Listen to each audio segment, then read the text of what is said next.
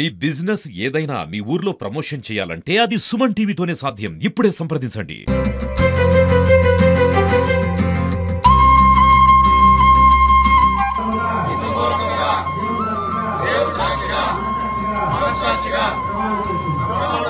ఇక్కడ విచ్చేసిన పెద్దలు పూజ్యులు గౌరవనీయులైన అమరన్న గారికి నా యొక్క పాదాభివందనాలు, అలాగే విచ్చేసిన బాలాజన్న గారికి కూడా నా యొక్క నమస్కారాలు.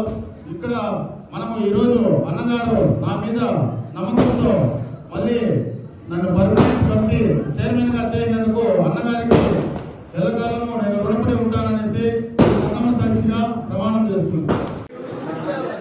పొలమేరు పట్టణంలో వెలిసిస్తూ తిరుపతి గంగమ్మ పాలక మండలికి సంబంధించినటువంటి ప్రమాణ స్వీకార కార్యక్రమం ఏర్పాటు చేసుకున్నాం.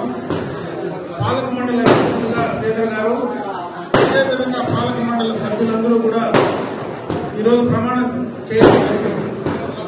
ఎందుకంటే గంగమ్మ దేవస్థానం కానీ ఆ మహాతల్లి పలమనేరు పట్టణంలో ఎంతో మంది భక్తుల నమ్మకం.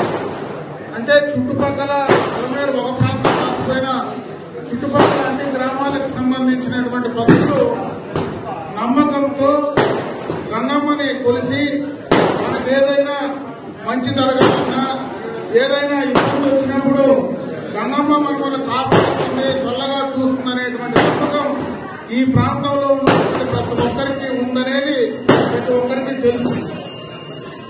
నమ్మకాన్ని కాపాడడానికి ఈరోజు ఎవరైతే ఈ పాలక మండలి సభ్యులుగా అధ్యక్షులుగా ఈరోజు ప్రభుత్వం నిర్మించిందో మీరందరూ కూడా ఆ యొక్క కార్యక్రమాన్ని అమ్మవారి యొక్క ఈ యొక్క దేవాలయానికి సంబంధించినటువంటి ఆస్తులు కావచ్చు, దేవాలయానికి సంబంధించినటువంటి ఏ ఒక్క కార్యక్రమాన్ని కూడా మీరు బాగా నిర్వర్తించాలని చెప్పి నేను ఈ సందర్భంగా కూడా మిమ్మల్ని కోరుకుంటున్నా.